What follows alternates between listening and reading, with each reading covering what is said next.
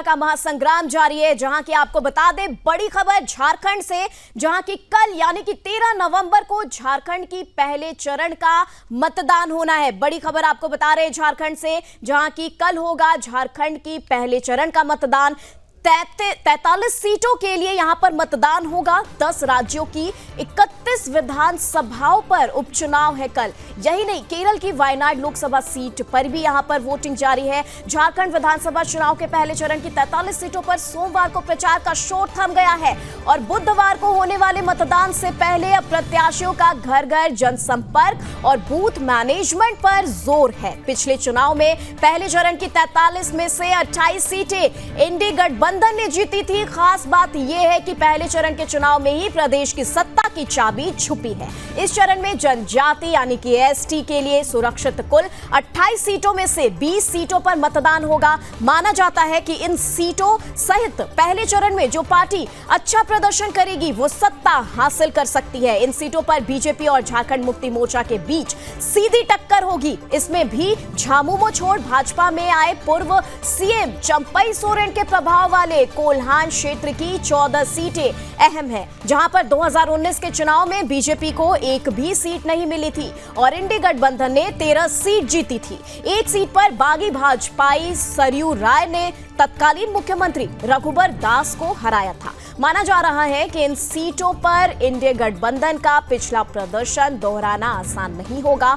तो वहीं कई ऐसी सीटें भी हैं जहां उपचुनाव है। बिहार की 4 सीटों पर उपचुनाव है। प्रचार थम चुका है, अब काम जनता के लिए बच गया है। ऐसे में चुनावी सरगर्मी का माहौल बना हुआ है। जानेंगे ग्राउंड जीरो पर मौजूद हमारे तमाम रिपोर्टर से, लेकिन पहले आपको सुनवा देते हैं कि चुनाव को लेकर किस नेता ने क्या कुछ कहा है। देखिए,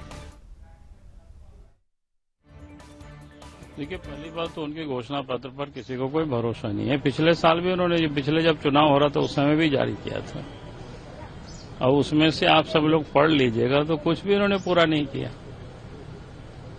तो इसलिए वो जितना भी जारी किया है किसको क्यों विश्वास करेगा उनके घोषणा पत्र पर। तो इसलिए हम तो ये कहेंगे कि भाई वो एक प्रकार से उसको कह सकते हैं कि भाई झूठ का एक बड़ा पुलिंदा है। अब उनके ऊपर भरोसा आखिर कौन करेगा। अब क्लियरेंस नहीं दिया गया तो हमें कि बहुत समय हम लोगों को भी नहीं मिलता है। कुछ अगर प्रॉब्लम रहता है तो कहीं प्रैक्टिस चलता है। कल हमारे भी कई लीडर जा नहीं पाए उधर, मीटिंग निर्धारित था क्योंकि मिलिट्री का जो वायुसेना का कुछ प्रैक्टिस चल रहा था उसमें। तो इसलिए वो कहना कि हमारे भी घाटशिला बारागोड़ा वगैरह में कार्यक्रम पड़ा हुआ था कई एक नेता का, मिथुन चक्रवर्ती का बारागोड़ा था, वो जा नहीं पाए। तो ऐसा कई लोगों का होता ही, समझना चाहिए। वो तो शेड्यूल है, वो चुनाव के कारण वो अपना शेड्यूल को लोग चेंज नहीं करते हैं। रामगढ़ चुनाव में लगातार जमीन पे घूमने के बाद मैं पूरी तरीके से आश्वस्त हूं कि रामगढ़ की जनता का प्यार और आशीर्वाद भाई सुखवंत सिंह को मिलेगा। ये बात मैं इसलिए भी कह रहा हूं कि लंबे समय से रामगढ़ गोविंदगढ़ में जो ट्रेनों की ठहराव के विषय थे, आरओबी के विषय थे, एनसीआर के फंड से सड़क के विषय थे, 66 से ज्यादा गांव के छोटे छोटे रोजगार के विषय थे, उसको एक सीमित समय में हमने पूरा करने का काम किया है। रामगढ़ के भविष्य की दृष्टि से भी जब हमने लोकसभा का चुनाव लड़ा था तो ईआरसीपी में रामगढ़ को जोड़ने का विषय था, जिसको डीपीआर में जोड़ करके पूरा किया गया है। रूपारेल नदी के पुनर्जीवन के विषय के लिए भी राजस्थान सरकार ने योजना बनाने का काम किया है और बजट में अनेकों विकास घोषणाओं को जमीन पर उतारते हुए लोग अब रामगढ़ में देख रहे हैं। देखिए, ये आदरणीय प्रधानमंत्री जी का जो दौरा दरभंगा का है, ये कहीं पर निगाह है, कहीं पर निशाना। बड़ा अच्छा तारीख उन्होंने चुना है। उसी दिन 4 सीटों पर मतदान होंगे उपचुनाव के और उसी दिन वो आकर के शिलान्यास कर रहे हैं। तो ये आदरणीय प्रधानमंत्री जी को 4 सीटों पर हार का डर सता रहा है, इसलिए इस दिन चुना है कि वोटों को प्रभावित करेंगे। लेकिन जनता सब समझ रही है इनकी चाल को, जनता सिरे से खारिज करेगी। वो दरभंगा एम्स तो जब तेजस्वी यादव जी सरकार में थे उस समय स्वीकृत हुआ है। तो आदरणीय प्रधानमंत्री जी चुनाव के समय ही बिहार को याद करते हैं, इस बार भी वही कर रहे हैं। चीजों को लगातार अपनी चिंता व्यक्त कर रहे हैं। वो चिंता क्या है?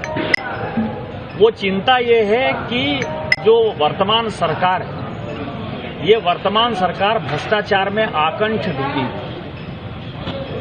और इसका सबसे बड़ा केंद्र बिंदु कौन है? यही गोड्डा है। क्योंकि झारखंड सरकार के जो मुखिया हैं हेमंत सोरेन जी, वो इसी गोड्डा के विधायक हैं।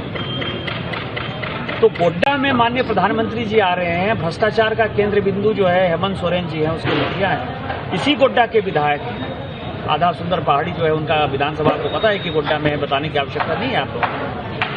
तो उन्होंने किस तरह से जंगल लूटा, जमीन लूटा, कैसे जमीन पर कब्जा किया, कैसे उन्होंने पत्थर माफिया के साथ जो है बांग्लादेश चिप्स को भेजने का काम किया।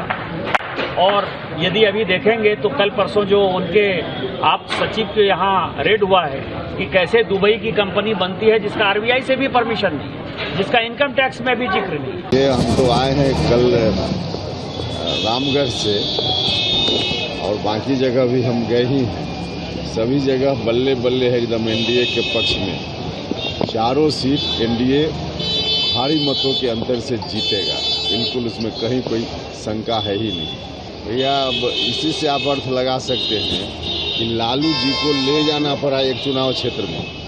कितनी परेशानी में आरजेडी है इसको आप महसूस कर सकते हैं, वरना यह कोई आम चुनाव नहीं था।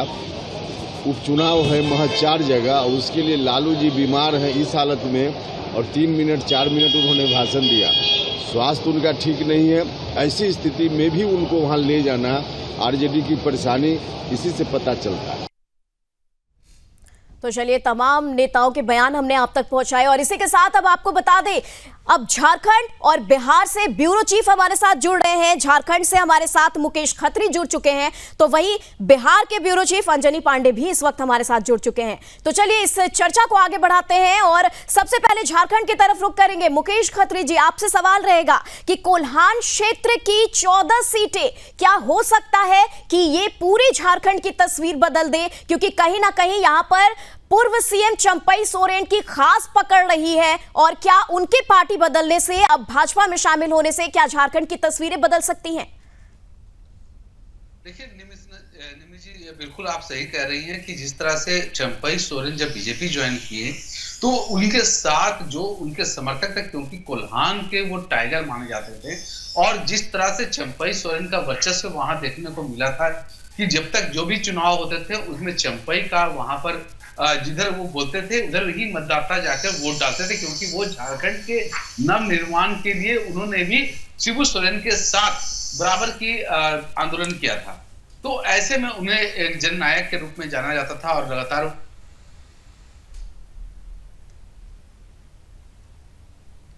तो वहां पर जो बीजेपी के जो रामदास सोरेन हैं वो जेएमएम ज्वाइन किए और वहां उनसे साथ सीधी भिड़ंत है। लेकिन ये पलड़ा जो है बीजेपी की ओर इसलिए भी भारी है क्योंकि चंपई सोरेन के साथ एक जो मार्ग है वो पहले भी वहां पर उनको लोग जैसे शिबू सोरेन को मानते हैं वैसे ही चंपई को भी अपना गुरु मानते हैं, और उनका बेटा जो बाबूलाल है वो भी काफी दिन से सक्रिय राजनीति में है, जो वो भी वहां से घाटशिला से चुनाव लड़ रहा है। तो कोल्हान जो 13 सीटें हैं जो अभी आकलन आ रही है, उस आकलन में यह है कि जहां बीजेपी पिछले बार 0 में थी वहां इस बार कम से कम कुछ भी नहीं होगा, तो 3 से 4 सीटों का फायदा जो है बीजेपी को होता दिख रहा है। लेकिन ये बात मैं बता दूं कि अभी जो जिस तरह से पहले चरण की बात करें, पहले चरण में जो 43 विधानसभा में चुनाव होने हैं उसके लिए अगर हम बात करें तो उसमें जो जनरल सीटें हैं वो महज 16 है, बाकी एससी और एसटी सीटें हैं।